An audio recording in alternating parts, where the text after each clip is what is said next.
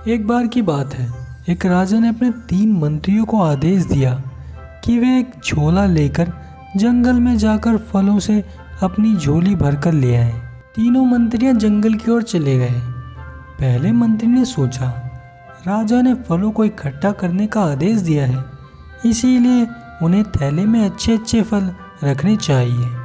दूसरे मंत्री ने सोचा, राजा बहुत व्यस्त व्यक्ति है, इसीलिए हो सकता है कि वे थैले को अच्छे से ना देखे कि थैले में क्या रखा है, और इसीलिए उसे जो कुछ भी हाथ लगा उसे इकट्ठा कर लिया।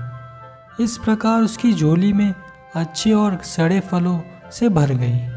तीसरा मंत्री बहुत आलसी था। उसने सोचा, राजा केवल बाहर से ही देखेगा कि थैला कितना बड़ा है, और इसीलिए उसने थैले को सभी सूखे पत्तियों से भर दिया। फल इकट्ठा करने के आदेश का पालन करने के बाद तीनों मंत्री अपने अपने थैले के साथ दरबार में वापस आ गए।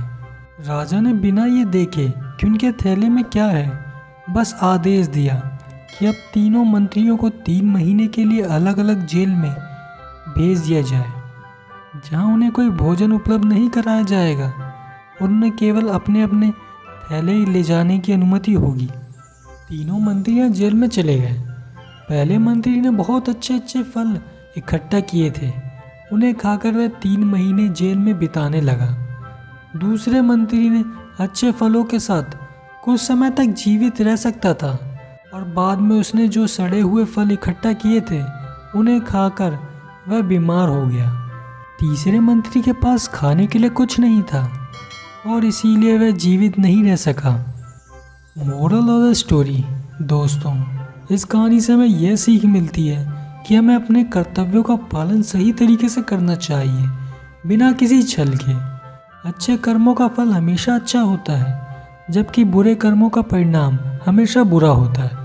यह कहानी बताती है कि चालाकी और छल के रास्ते अक्सर नुकसान पहुंचाते हैं, जबकि ईमानदारी और सच्चाई हमेशा सफलता लाती है।